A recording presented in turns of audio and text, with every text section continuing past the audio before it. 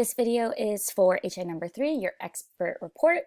Just a reminder, please make sure that you use your resources and that you are also reading all directions.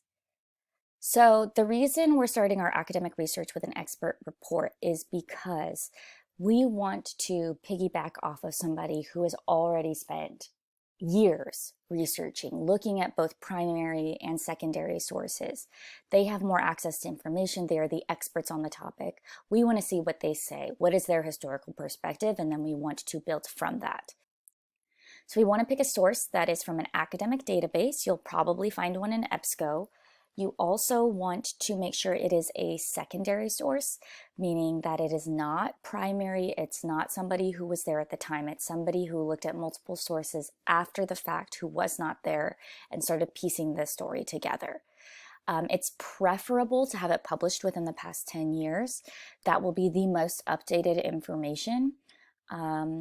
And it must be published by an academic press, most likely from a university. Most of you will probably be pulling expert reports from historians who are also college professors.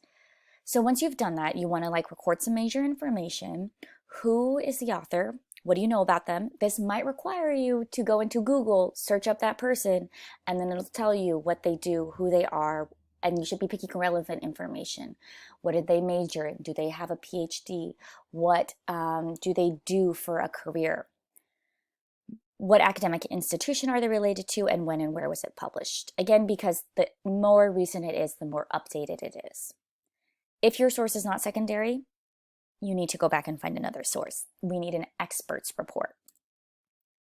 Now you actually are going to read the source, but use those techniques and strategies that I went over in sourcing, and you can go ahead and watch that video as well, because you should be reading the abstract, intro, conclusion, major headings, skimming, looking for keywords.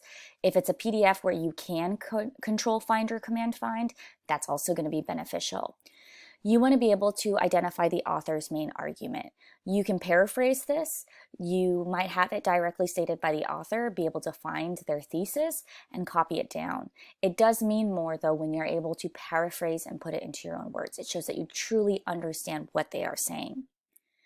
Then you want to start pulling what evidence are they using to prove their argument. This is going to be important to understand how they're building their argument, because then you can also use this to find other sources.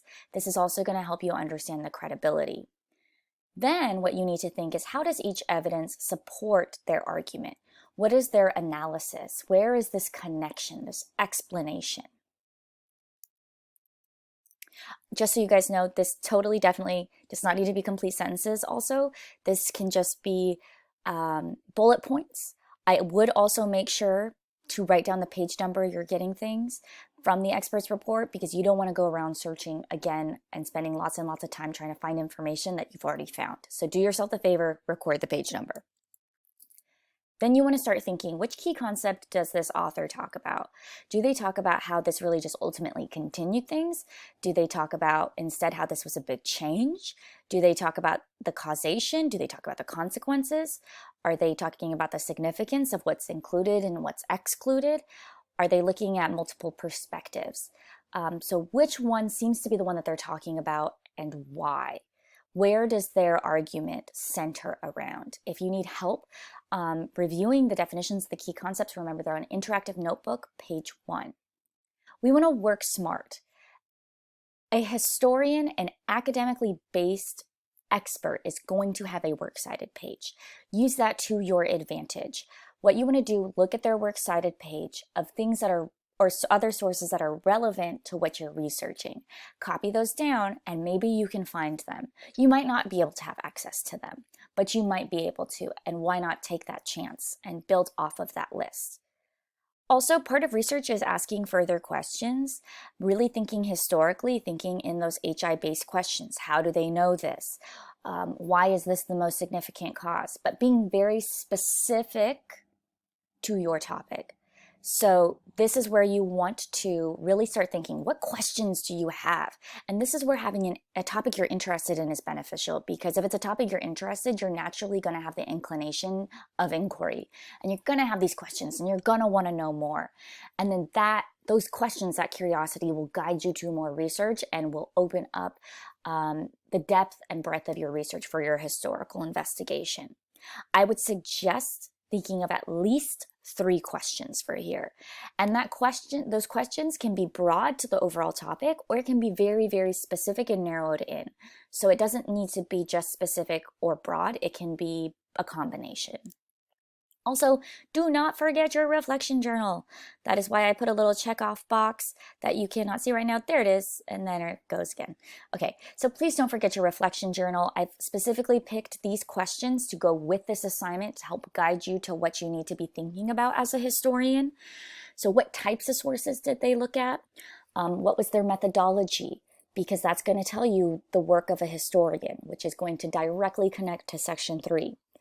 Question 2, what types of methodology did the expert use? So methodology is, how did they find their research? How did they break it down? What methods did they use to determine their conclusion? Were there many experts on this topic? That's also going to be pretty telling. Is it a topic that is most often researched? A really big reflection in history, in historical research, is we can kind of only research what others have already deemed as important and what others have created as a consensus of what's important. And so our research is so dependent upon what others have already done. And what biases did the expert have? Every single person has biases when they do things. And so do historians. They are not different. So is it that they are from a certain country? Is it that they have a specific leaning, an economic, a political background, a diplomatic background? What time period are they from? What cultural values do they bring in, whether intentionally or unintentionally? So this is assignment 3. Please remember, you can send me questions on Remind, ask me questions. Just go out and find those experts.